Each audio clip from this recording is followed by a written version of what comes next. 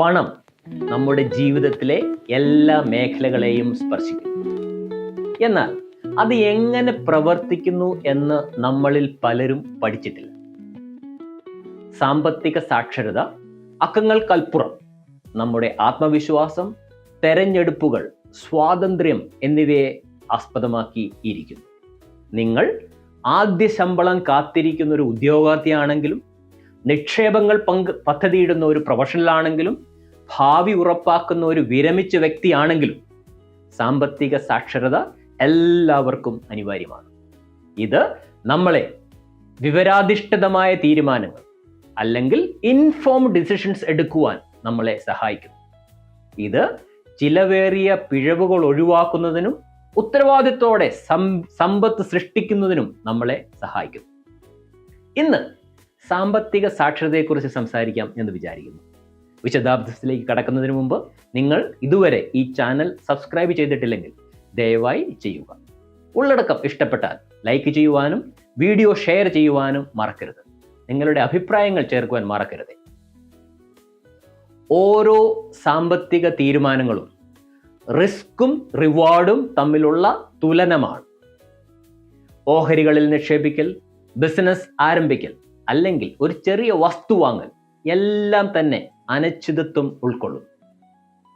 പ്രധാനമായ നിക്ഷേപകർ അറിയേണ്ട ഒരു കാര്യം, കാൽക്കുലേറ്റഡ് ആയിട്ടുള്ള അപകട സാധ്യതകൾ അല്ലെങ്കിൽ കണക്കിലൂടെ നമുക്ക് മനസ്സിലാക്കാൻ പറ്റുന്ന അപകട സാധ്യതകൾ ഇതിലൂടെ തിരഞ്ഞെടുക്കുന്ന തീരുമാനങ്ങൾ അല്ലെങ്കിൽ കാൽക്കുലേറ്റഡ് റിസ്ക് മനസ്സിലാക്കിയെടുക്കുന്ന തീരുമാനങ്ങൾ സ്ഥിരതയുള്ള പ്രതിഫലത്തിലേക്ക് നമ്മളെ നയിക്കും.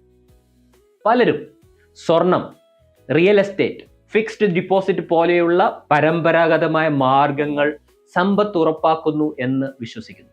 പക്ഷേ വിദഗ്ധർ പറയുന്നത് ഇവ കൊണ്ട് മാത്രം നമ്മൾ സാമ്പത്തിക സ്വാതന്ത്ര്യത്തിലേക്ക് എത്തണമെന്ന് നിർബന്ധമില്ല.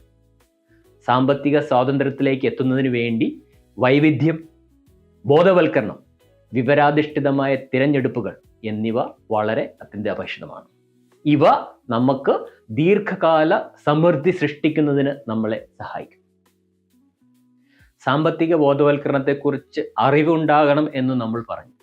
എങ്ങനെയാണ് നമുക്ക് സാമ്പത്തിക ബോധവൽക്കരണത്തെക്കുറിച്ച് കൂടുതൽ അറിവ് നമ്മളിൽ ശക്തിപ്പെടുത്താനായിട്ട് സാധിക്കുക? അല്ലെങ്കിൽ എങ്ങനെ നമ്മളുടെ സാമ്പത്തിക സാക്ഷരത നമുക്ക് ശക്തിപ്പെടുത്താം? ഒന്നാമതായി എനിക്ക് പറയുവാനുള്ളത് ബജറ്റിംഗ്, സേവിങ് എന്നിവയുടെ അടിസ്ഥാന തത്വങ്ങൾ പഠിക്കാനായിട്ട് ശ്രമിക്കുക. രണ്ടാമതായി നിക്ഷേപ മാർഗങ്ങൾ മനസ്സിലാക്കാനായിട്ട് ശ്രമിക്കുക. ഓഹരികൾ, ബോണ്ടുകൾ, മ്യൂച്വൽ ഫണ്ടുകൾ എന്നിവയെക്കുറിച്ച് മനസ്സിലാക്കാനായിട്ട് ശ്രമിക്കുക. ഇവയിൽ നമ്മൾ നിക്ഷേപിക്കുന്നില്ലെങ്കിൽ പോലും ഇവ എന്താണെന്നും ഇവ എങ്ങനെ പ്രവർത്തിക്കുന്നു എന്ന് മനസ്സിലാക്കുന്നതും വളരെ ഇമ്പോർട്ടൻ്റ് ആണ്.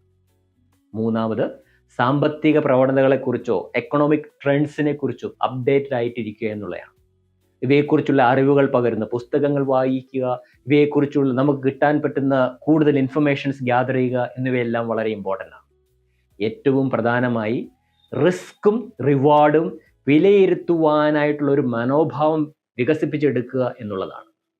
അവസാനമായി എനിക്ക് പറയാനുള്ളത് സാമ്പത്തിക സാക്ഷരത പണത്തെക്കുറിച്ചുള്ള ചിന്ത മാത്രമല്ല, അത് ഒരു ശാസ്ത്രീകരണമാണ്. അത് നമ്മെ അനിശ്ചിതത്വത്തെ നേരിടാൻ, അവസരങ്ങൾ പിടിച്ചെടുക്കാൻ, ഭാവി ഉറപ്പാക്കാൻ സഹായിക്കുന്നു. ഓർക്കുക, വിജ്ഞാനം ശക്തിയാണ്, സാമ്പത്തിക വിജ്ഞാനം സ്വാതന്ത്ര്യമാണ്. അതുകൊണ്ട് ഇന്ന് തന്നെ തുടങ്ങുക.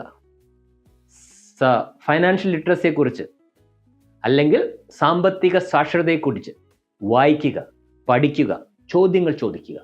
നിങ്ങളുടെ സാമ്പത്തിക യാത്ര നിയന്ത്രിക്കുക.